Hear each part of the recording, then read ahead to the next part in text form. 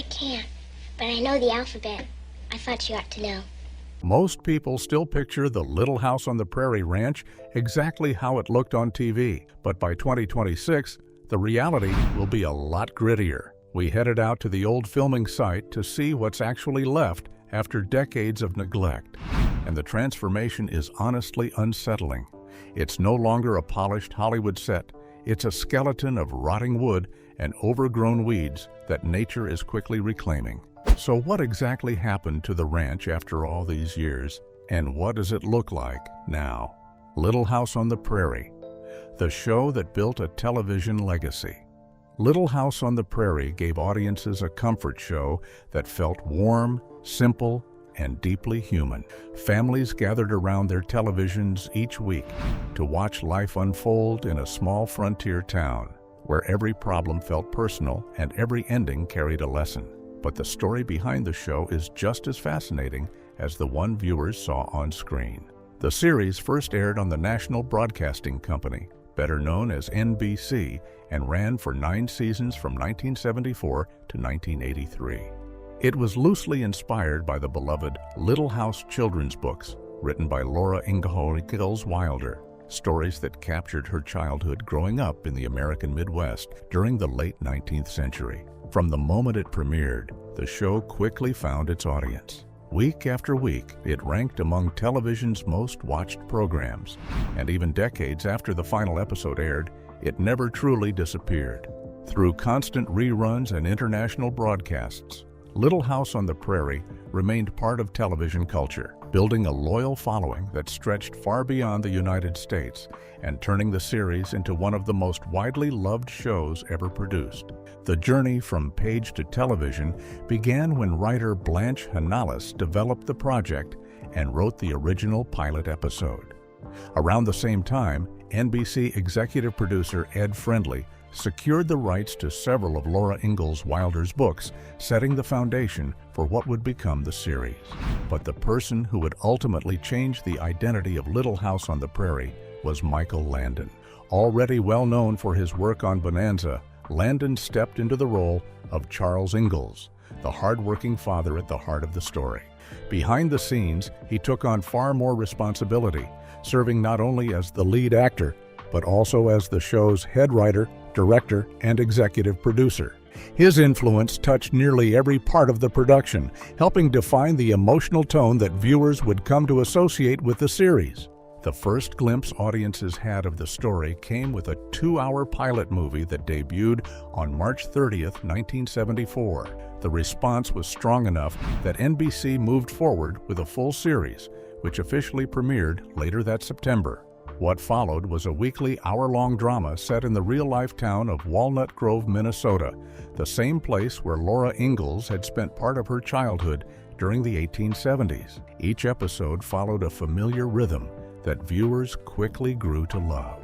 Life in Walnut Grove might seem peaceful from a distance, but every week brought a new challenge for the people who lived there. Sometimes it was a family struggle, sometimes it was a conflict within the community, and sometimes it was a personal test of character. No matter the problem, the story usually guided its characters toward a resolution that carried a deeper message. Forgiveness, empathy, respect, and the importance of family values quietly ran through the series, giving each episode a sense of purpose beyond simple entertainment.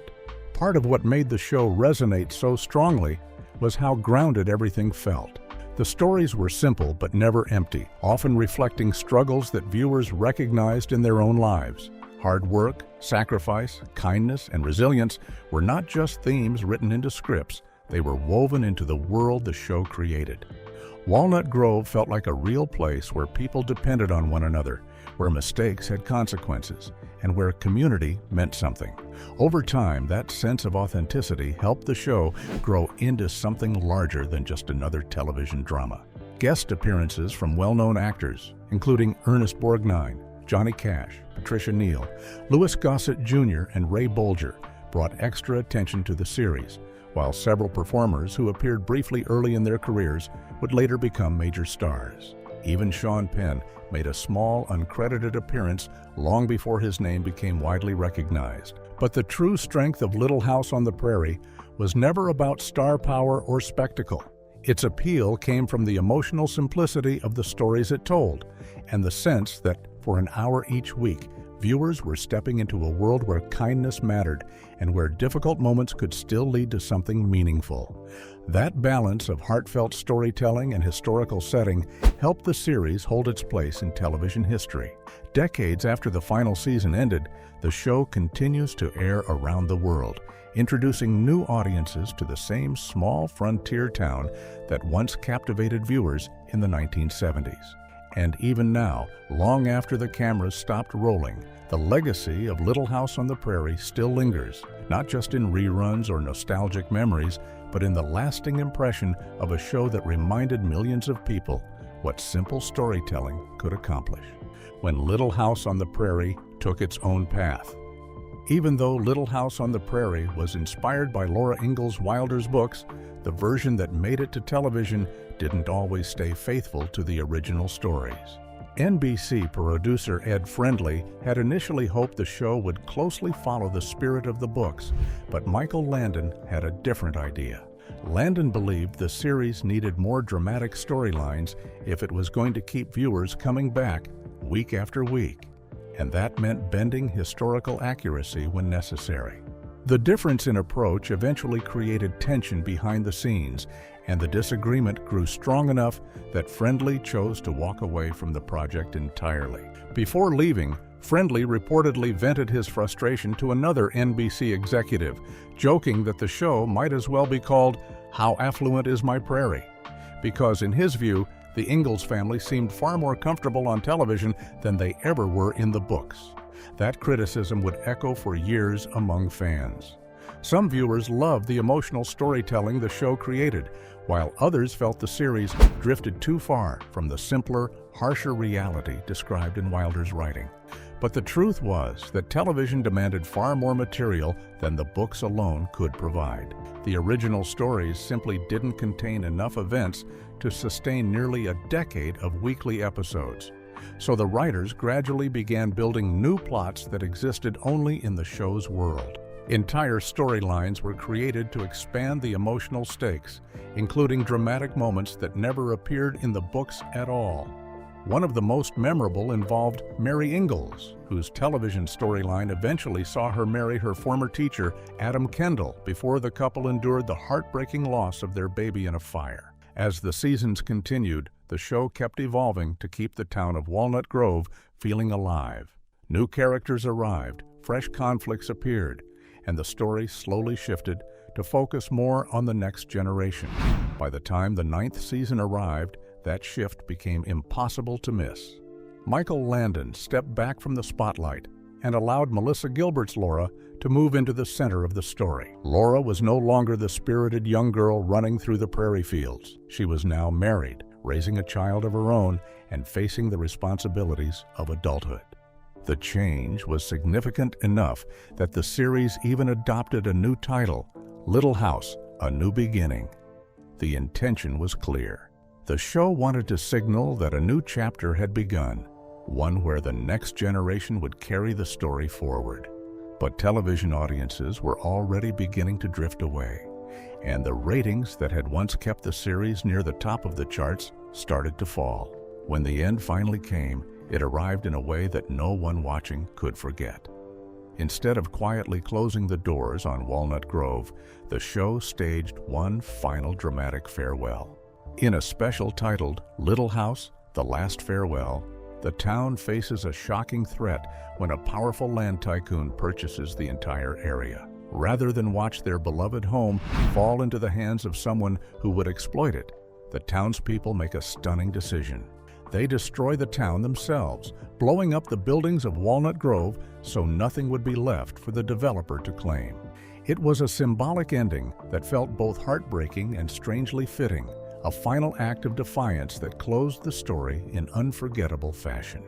Even with its occasional departures from the original books, the show's impact was undeniable.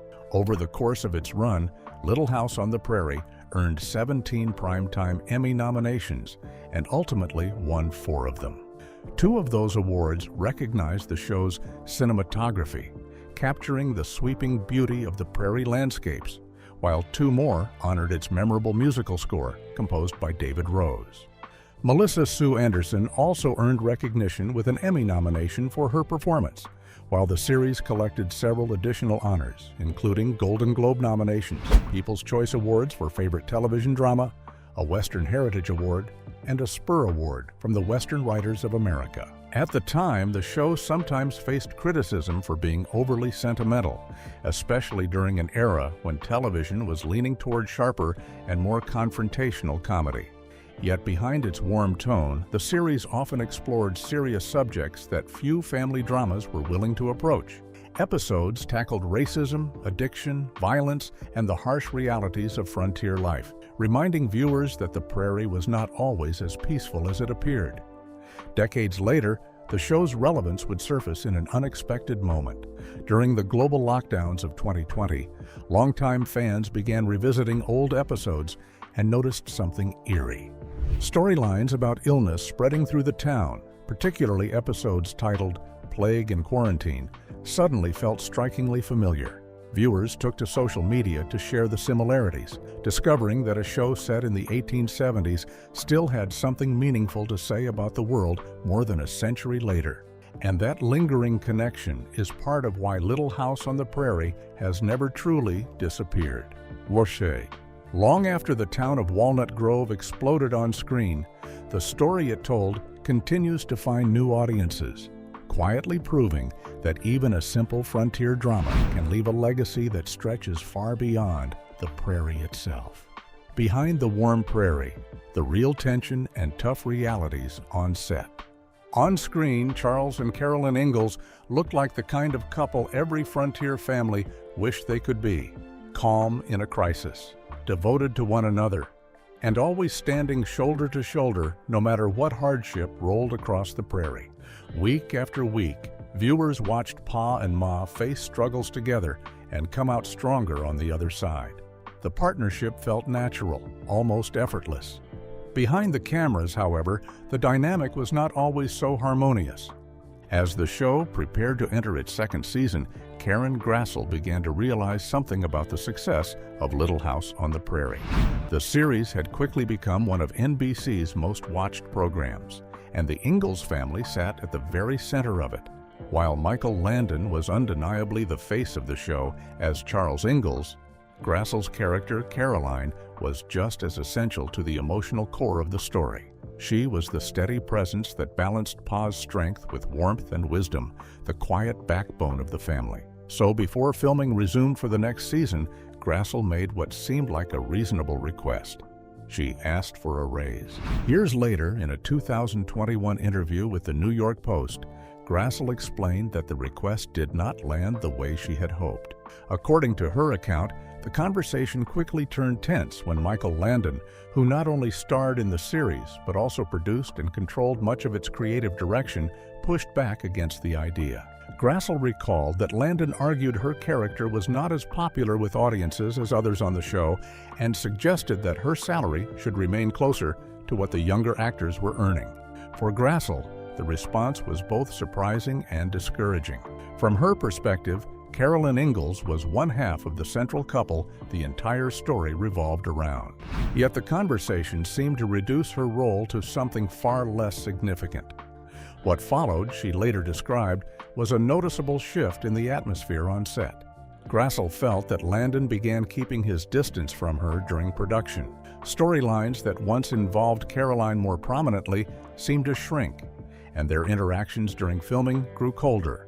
At times, she sensed a dismissive tone in the way Landon spoke to her, leaving her feeling sidelined on a show where she had once believed she played an equal role in the story. For an actor helping carry the emotional heart of the Ingalls family, it was a difficult period. Fortunately, the tension did not last forever. As time passed, the conflict slowly eased. Grassel ultimately received the raise she had originally asked for, and the working relationship between the two gradually recovered. By the years leading up to Michael Landon's death in 1991, the two had managed to reconnect and move past the disagreement. Looking back later in life, Grassel expressed relief that they were able to repair that rift. She shared that she remained grateful that they had the chance to mend their fences before it was too late.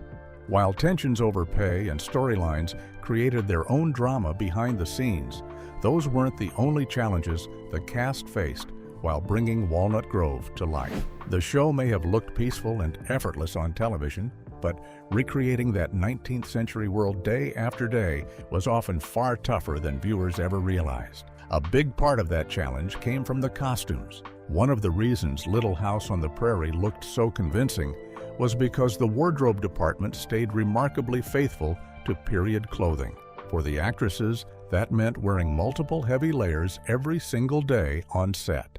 Tights, thick petticoats, sturdy boots, and long-sleeved prairie dresses were standard, and many of those dresses were fastened with rows of tiny hooks running all the way up the back. It created the perfect frontier look on camera, but it also meant the actors were essentially wrapped in layers of fabric for hours at a time. And they weren't filming in cool prairie weather. Most of the outdoor scenes were shot in Simi Valley, California, where the summer heat could easily climb into the 80s and 90s. Once the bright production lights were added to the mix, the temperature on set could feel even more intense. What looked like a breezy prairie afternoon on television was often a sweltering workday for the cast and crew standing in the sun. For Allison Arngrim, the actress who played the unforgettable Nellie Oleson, that reality hit almost immediately. On her very first day filming, the temperature reportedly pushed past 100 degrees. Arngrim had skipped breakfast that morning, and by the time she stepped onto the set in full costume, the heat began to overwhelm her faster than she expected.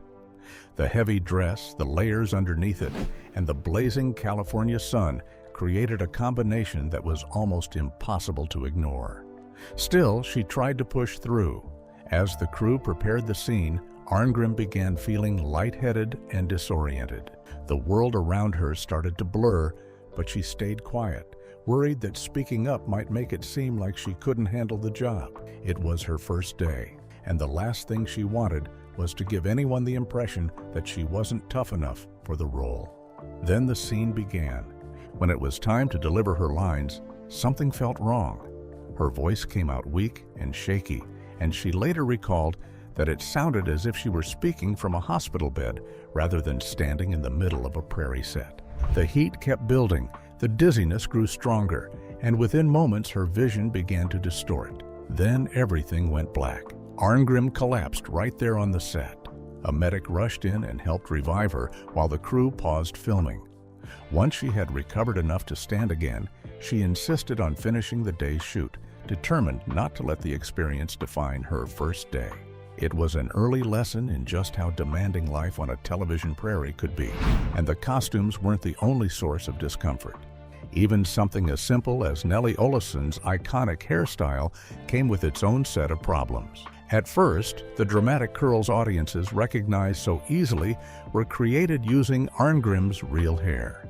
That meant sleeping in curlers every night and arriving at the studio before sunrise so the hair team could refine the look with heated irons before filming began. Eventually, the production decided to create Nellie's famous wig to simplify the process. But the wig brought a new kind of pain. In order to survive long filming days and the occasional on-screen scuffle, the wig had to be secured tightly to Arngrim's head. A metal comb and dozens of bobby pins were used to lock it into place, making sure it wouldn't shift even during the most chaotic scenes. The result looked perfect on camera. Off camera, it could be brutal. Those pins pressed into her scalp for hours at a time, and during particularly long shooting days, they sometimes dug deep enough to cut the skin underneath. Arngrim later described moments where she would casually run her hand through her hair and discover tiny flecks of blood on her fingers. Whenever that happened, the set hairdresser would quickly step in to disinfect the small wounds before filming continued. Then the wig would be pinned back into place and the cameras would roll again. And while the actors pushed through heat-heavy costumes and demanding schedules, the debates about the show's creative direction were still simmering behind the scenes. Ed Friendly, one of the original producers involved in bringing Little House on the Prairie to television, had long been uneasy about how far the series had drifted from Laura Ingalls Wilder's books. In a 1974 interview with People magazine, he openly criticized some of the changes that had been made for television. Friendly joked that the show might as well be renamed How Affluent Is My Prairie, because the Ingalls family on screen seemed far more comfortable than the struggling pioneers described in Wilder's writing. He pointed to several examples that bothered him. In the books, the Ingalls children often went barefoot, a small but telling detail about how difficult frontier life really was. On television, however, they were given shoes. According to Friendly, that decision came from Michael Landon, who reportedly didn't want the children to appear like the poorest kids in town. Another change involved the family's home. In the original books, the Ingalls often lived in simple sod houses built directly into the earth, the kind of rough shelter many pioneers depended on.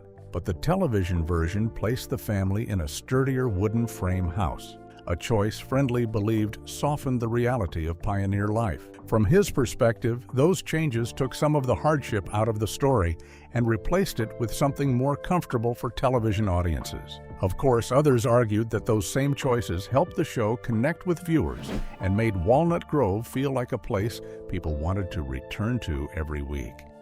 Either way, Little House on the Prairie managed to navigate all of it. The creative disagreements, the physical discomforts, the long filming days under the California sun, while still delivering a series that audiences embraced for nearly a decade. And for millions of viewers sitting comfortably at home, the warmth and charm of Walnut Grove made it easy to forget just how much effort it took to bring that peaceful little town to life. Where Little House on the Prairie was really filmed. When people think about Little House on the Prairie, they usually picture the quiet farm along Plum Creek just outside Walnut Grove, Minnesota. The setting felt so natural and believable that many viewers assumed the series had actually been filmed there. The rolling hills, dusty roads, and small wooden buildings made Walnut Grove feel like a real frontier town that audiences came to know week after week. But the prairie the audience saw on screen was not in Minnesota at all. Almost all of the outdoor scenes were filmed in California at Big Sky Movie Ranch in Simi Valley. The ranch spans thousands of acres of open land, giving the production team enough space to build the entire town of Walnut Grove while still capturing wide prairie landscapes in the background. That open terrain helped create the illusion of the American frontier, even though the real Walnut Grove was nearly 2,000 miles away. Big Sky Movie Ranch had already become a familiar filming location in Hollywood. Productions like Gunsmoke, Twin Peaks, and later Babylon were also shot there, making the ranch one of the industry's most recognizable outdoor sets. While the prairie scenes were filmed outdoors in Simi Valley, the interior scenes were created somewhere else entirely. The inside of homes, shops, and other buildings was filmed on sound stages at Paramount Studios. Shooting indoors gave the crew better control over lighting, cameras, and sound, while allowing the actors more space to perform their scenes. When everything was edited together, the transition between the outdoor sets and the studio interiors looked seamless. The town of Walnut Grove itself stood on that California ranch for years, but it did not last forever. In the show's finale, the residents famously destroy the town, rather than let it fall into the hands of a greedy developer. Behind the scenes, the production also dismantled the physical sets once filming ended, leaving the land empty again. Decades later, however, the prairie briefly came back to life. In March 2024, the series celebrated its 50th anniversary at Big Sky Movie Ranch, the same place where the outdoor scenes had originally been filmed. Several members of the cast returned to meet fans and reflect on their time working on the show. For the event, parts of Walnut Grove were recreated using painted flats designed to resemble the original buildings. These were placed in the same locations where the town once stood, allowing visitors to see the layout of Walnut Grove again. Mock interiors of familiar places like the Ingalls home, Olison's Mercantile, and the church were also rebuilt so fans could walk through the spaces that had once existed only on television. Even though the original sets are long gone, the landscape where Walnut Grove once stood remains recognizable, a quiet reminder of the place where one of television's most beloved shows brought the prairie to life. Little House on the Prairie is returning with a new generation. After decades of reruns and a fan base that never really faded, Little House on the Prairie is preparing to return in a completely new form. Netflix has officially set the premiere date for its upcoming adaptation, announcing that the new series will debut on July 9th, even before the first episode is aired. The streaming platform has already renewed the show for a second season, a strong sign that the story of the Ingalls family is ready for another chapter. The new series was first announced in January 2025, when Netflix revealed it had ordered the project straight to series. This time, the show is once again drawing its inspiration directly from the beloved Little House books, written by Laura Ingalls Wilder.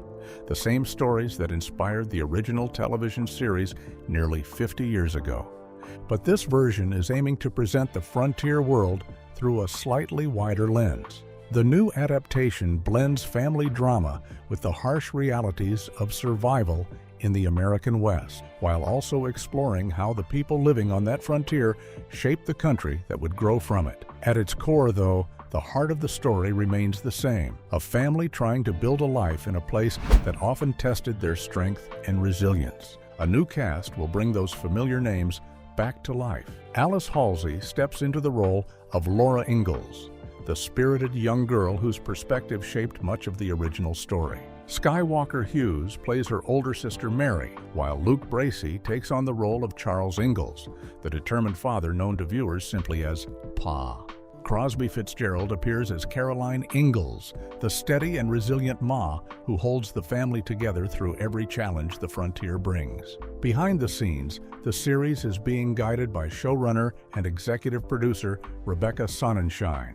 She is joined by executive producers Joy Gorman-Wettels, Trip Friendly, Dana Fox, and Susanna Fogel. The production itself is being handled by CBS Studios and Anonymous Content Studios for Netflix, with several directors contributing to the season, including Sarah Adina Smith, Julie Ann Robinson, Kat Candler, Erica Tremblay, and Sydney Freeland. The name Friendly carries a special connection to the history of the show.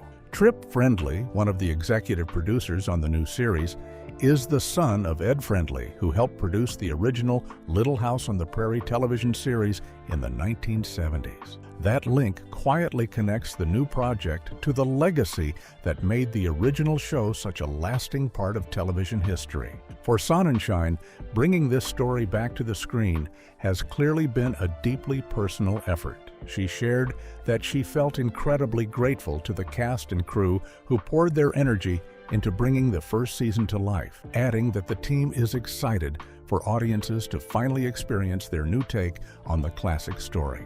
She also expressed how thrilled they are that Netflix has already given them the chance to continue the journey into a second season. Nearly half a century after the Ingalls family first rode onto television screens, their story is preparing to begin again, this time for a new generation of viewers who are about to discover life on the prairie all over again. Are you excited for the rerun? Share your thoughts with us in the comments below. Don't forget to like, share, and subscribe. Also, click the next video shown on your screen. You will enjoy it.